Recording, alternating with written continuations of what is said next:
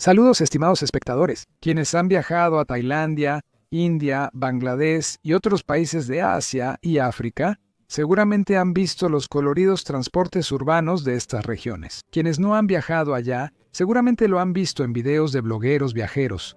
Estos transportes, como los taxis amarillos de Nueva York, los ferries de Estambul o los trenes de carretera en Australia, son símbolos de esos lugares. Sus imágenes aparecen en camisetas e imanes. Forman parte del folclore urbano y bromas, y la frase "tuk tuk, señor" es un meme entre mochileros. Sí, en este pequeño reportaje hablaremos de los vehículos ligeros, en su mayoría de 3 ruedas y motorizados, que abundan en las calles de Delhi, Karachi, Hanoi, Bangkok, Yakarta y otras ciudades de Asia y África. Hablaremos sobre los mototaxis, su aparición, historia, datos interesantes y mucho más. Estás en Crossmoto. Disfruta el video. Subtítulos creados por Motorzo.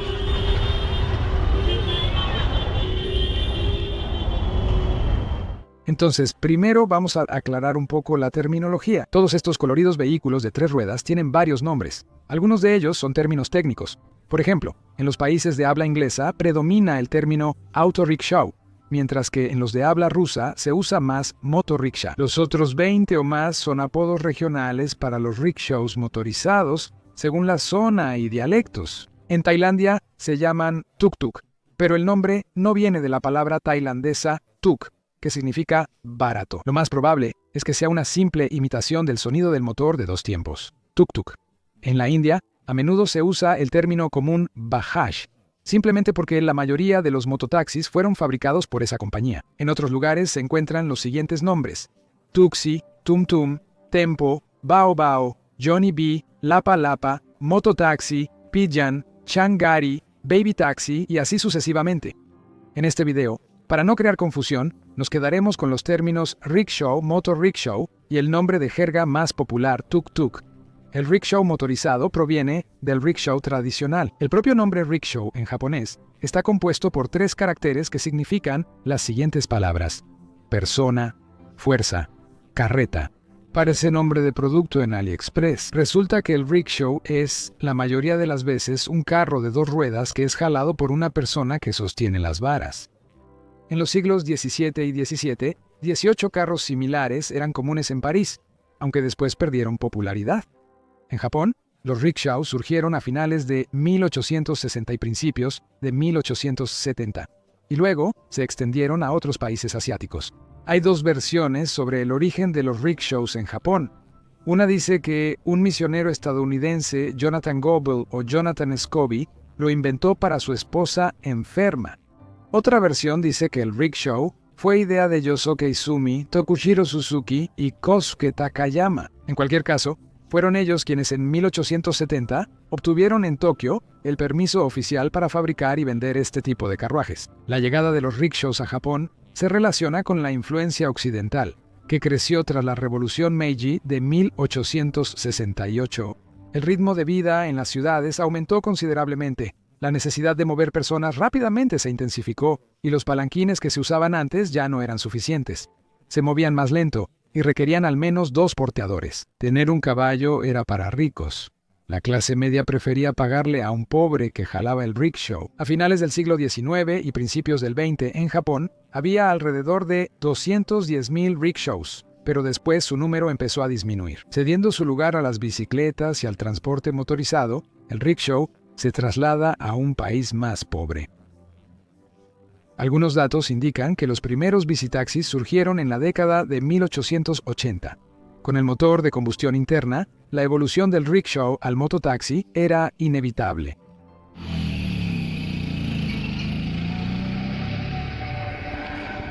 Diversas fuentes relatan de forma diferente el surgimiento del prototipo del primer mototaxi. Algunas de ellas toman como punto de partida la aparición de triciclos motorizados en Japón e Italia a principios de la década de 1930. Otros, con cierta concesión, consideran como antecesor de los mototaxis a otro vehículo. Construcción de las 3 ruedas de Carl Benz, quien patentó su vehículo en 1886. Los más entusiastas incluso pueden recordar que en el lejano 1769, Nicolas Joseph Cugnot inventó el primer vehículo autopropulsado, que funcionaba con vapor y tenía 3 ruedas. Eso, en cierto modo, puede que sea cierto. El progreso técnico es una serie de pequeños eventos, a veces poco notorios o conocidos, pero la invención de Kunjoy-Benz, en mi opinión, se trata principalmente de la creación de un vehículo motorizado como tal. El desarrollo de la tecnología motorizada entre finales del siglo XIX y principios del XX fue intenso y brillante. Las clases de tecnología apenas surgían, no había conceptos establecidos y se veían muchas soluciones técnicas audaces. Muchas de estas soluciones no tuvieron éxito y el tiempo las descartó. Así que, en ese periodo existía una gran cantidad de vehículos de 3 ruedas. Respecto a las mototaxis, es correcto investigar su origen en los lugares donde ahora están presentes. ¿Por qué los indios o tailandeses no inventaron el motor de combustión interna, la motocicleta o el triciclo? Esos inventos llegaron ahí desde países tecnológicamente más avanzados. En los años 30, Japón, el país más industrializado de Asia, impulsó el desarrollo de vehículos motorizados como pequeños camiones de 3 ruedas económicos basados en motocicletas. Cabe destacar que, poco antes, en Japón, toda la tecnología era importada y apenas surgían los primeros indicios de producción local. El triciclo de carga, Mazda GO, lanzado en 1931, es considerado uno de los precursores de las mototaxis. Salió al mercado el 3 de octubre de 1931. Por alguna razón, la mayoría olvida un triciclo similar que también apareció en 1931, el Daihatsu IHEB. Los primeros triciclos Mazda tenían motor de 500 cc y 10 HP. Antes de la Segunda Guerra Mundial, la cilindrada subió a 670 cc y la potencia a 14 caballos, y que no te engañe la aparente baja potencia. Estos motores tenían un buen torque. Por ejemplo, la Mazda GO modelo JA pesaba 560 kilogramos y transportaba 500 kilogramos de carga útil. A finales de los años 30 en Japón había muchos triciclos de empresas como Daihatsu, Mazda, New Era, Iwasaki, Welby, HMC Tsubasa, Mitsuma, entre otras. En ese mismo periodo, el Ministerio de Comunicaciones Postales de Japón distribuyó alrededor de 20.000 vehículos de 3 ruedas usados en el sudeste asiático como parte de los esfuerzos para expandir su influencia en la región. Y esta tecnología, posteriormente, se hizo popular en algunos lugares, especialmente en Tailandia, que en los años 60 comenzó la producción local de triciclos similares. Italia también desarrolló vehículos de carga ligera de forma similar en la década de 1930. Las compañías Moto Guzzi, Bianchi, Gilera y Benelli producían una amplia gama de triciclos para el transporte de carga, así como para tareas especiales en el ejército y el servicio de bomberos. ¿Qué comparten Italia y Japón en la primera mitad de los años 40 del siglo XX? Correcto, estos países resultaron estar entre los perdedores. Tras la guerra, el nivel de vida era bajo y durante los siguientes 10 a 15 años, las bicicletas y motocicletas ligeras fueron los medios de transporte más usados. Todo porque la gran mayoría no tenía dinero para algo más. Y como camioncito barato, el triciclo era una buena opción. Así, por ejemplo, ya en el año 46 Mazda reanudó la producción de modelos de antes de la guerra. A fines de los 50 y en los 60, la industria japonesa comenzó a fabricar triciclos de carga más cómodos. Daihatsu Midget Mazda K360T 2000 Hope Star SMIA.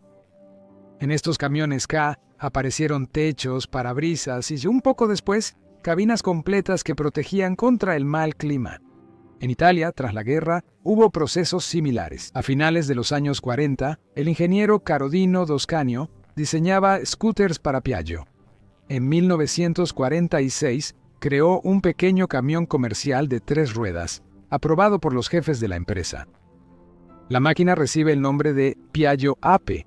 Ape en italiano significa abeja. Inicialmente, el triciclo se vendía bajo el nombre de Vespa K o 3 Vespa. Al principio, los triciclos estaban equipados con motores de entre 50 y 150 cc, después apareció un motor de 175 cc y para el año 64, el modelo APED recibió una cabina. Por cierto, el Piaggio APE todavía se produce hoy en día por la división Piaggio India. En la India como APE4 generalmente se presentan como mototaxis.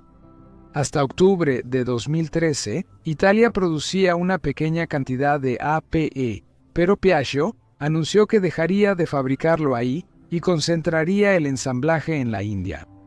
El grupo Piaggio y la motoneta Vespa siempre tuvieron un competidor eterno, la marca Lambretta, que sin duda siguió el ejemplo del Piaggio APE, y en 1949 presentaron al público su primer triciclo de carga. El Lambra FB, en la literatura de la empresa de aquellos años, existen menciones del modelo A, que fue diseñado antes y probablemente no pasó de ser un prototipo. Por cierto, la letra F en el nombre significaba furgón, y la segunda letra indicaba la generación.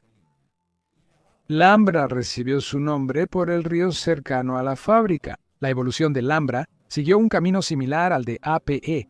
En 1957 apareció el modelo Lambra FD con cabina. La producción de las camionetas de 3 ruedas Lambretta continuó hasta 1971, y si al inicio de la producción, a finales de los años 40, estos pequeños camiones eran populares entre los italianos, para principios de los años 60 su mercado cambió radicalmente. Ahora, los principales compradores eran los países asiáticos, a donde muchos de ellos se exportaron en los años 60. Algunos de estos triciclos aún se usan hoy.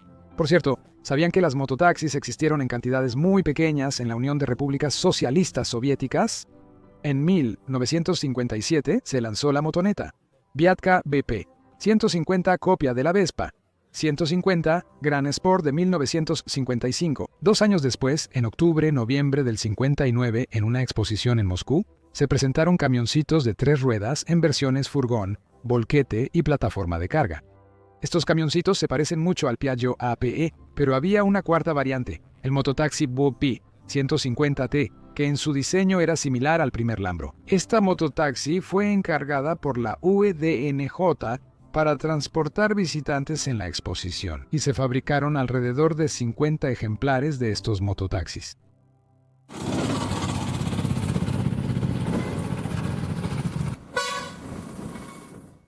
Y ahora ha llegado el momento de trasladarnos al sur y sudeste asiático de los años 60. Para ese momento, Japón e Italia ya se habían recuperado de la guerra, y la gente allí empezaba a cambiar a vehículos más sólidos, incluidos los automóviles. Pero el sur y sudeste asiático seguían igual de pobres. Los países de esa región apenas se liberaron del yugo colonial en los años 60. La motorización empezó igual. Motocicletas ligeras, motonetas y pequeños camiones de 3 ruedas. Y esos mercados están siendo conquistados activamente por empresas japonesas y algunas europeas. Pero una cosa es el precio de la maquinaria ensamblada por italianos en Lombardía y enviada a la India, por ejemplo. Y otra cosa es el precio de un producto similar ensamblado por indios localmente. La organización de la producción local era cuestión de tiempo.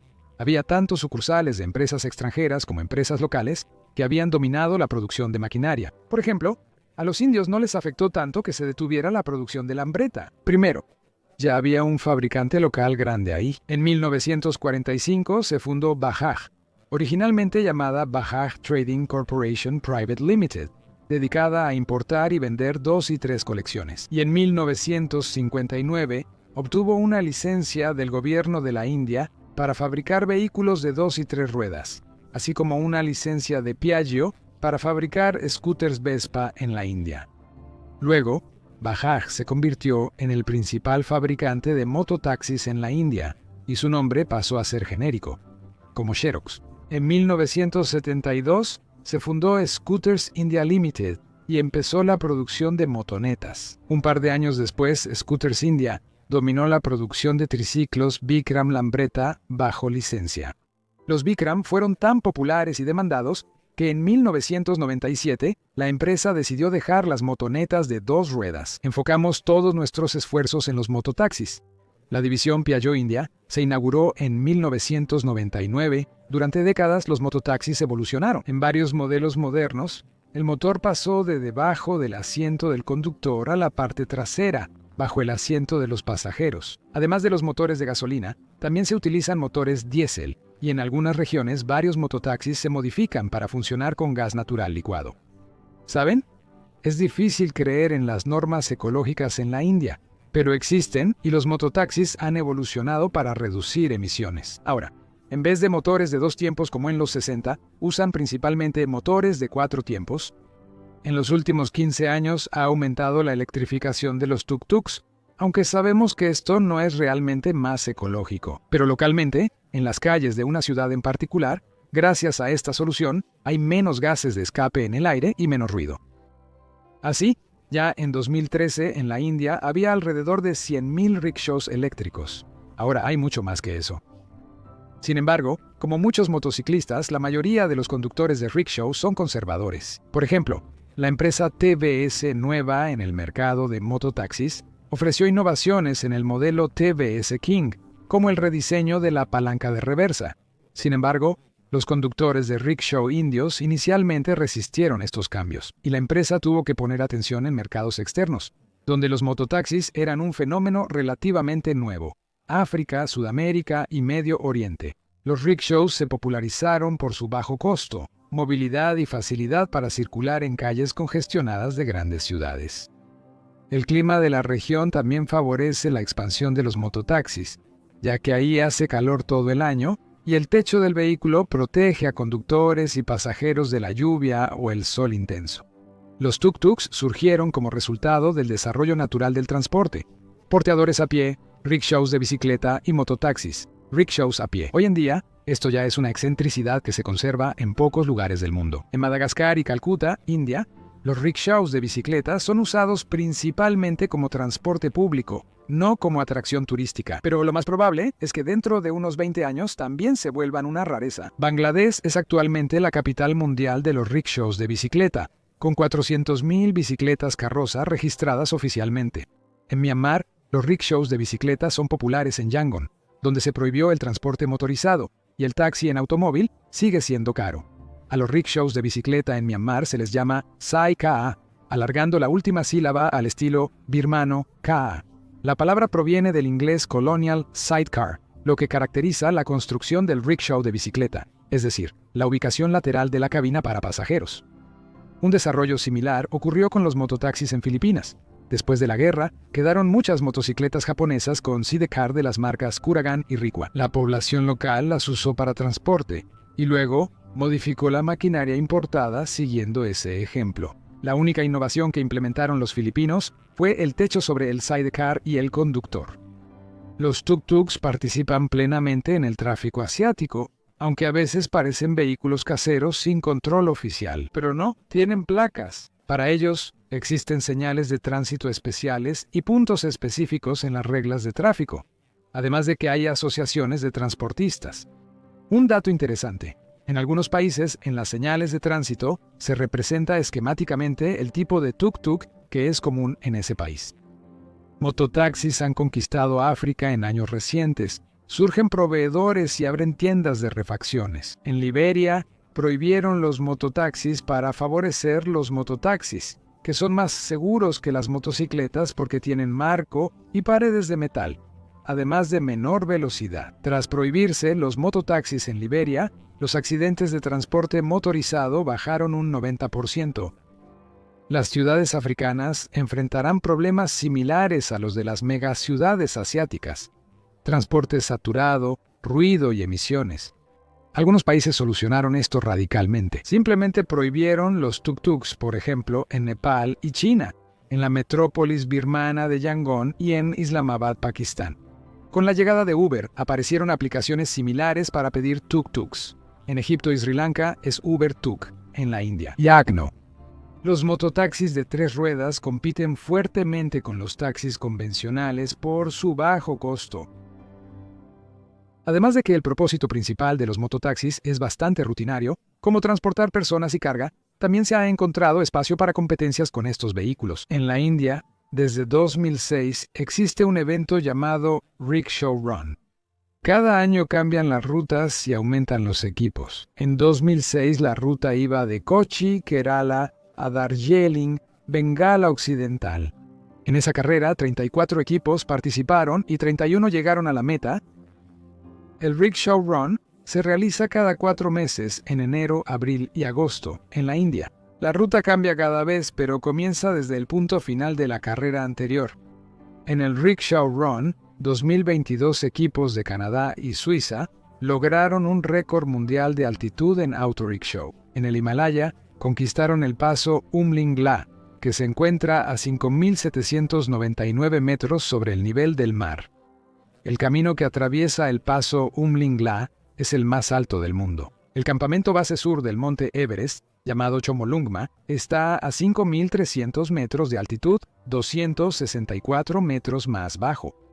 Además de las carreras de resistencia, hay varias competencias de velocidad. Así, en 2019, Matt Everett se inscribió en el libro de los récords Guinness al acelerar un tuk-tuk modificado hasta 119.5 km por hora. En una moto rickshaw de 1971, colocó un motor Daihatsu de 1.3 litros en vez del original de 350 cc, y los intentos de romper el récord continúan.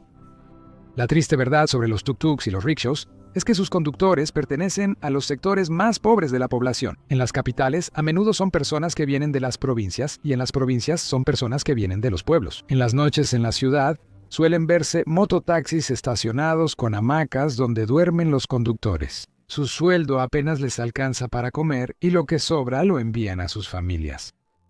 Las mototaxis seguirán siendo por mucho tiempo el símbolo de las calles animadas en países africanos y algunos estados asiáticos, y no van a experimentar cambios significativos. Quizás solo la transición a motores eléctricos reducirá el ruido y emisiones en la ciudad.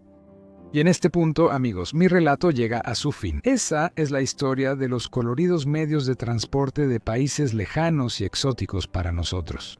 La historia de los mototaxis. Como siempre, al final del video les recuerdo que pueden ayudar al desarrollo de mi canal y contribuir a la salida de nuevos episodios, compartiendo, suscribiéndose al canal y dejando un comentario. Estuviste en Crossmota. Hasta la próxima.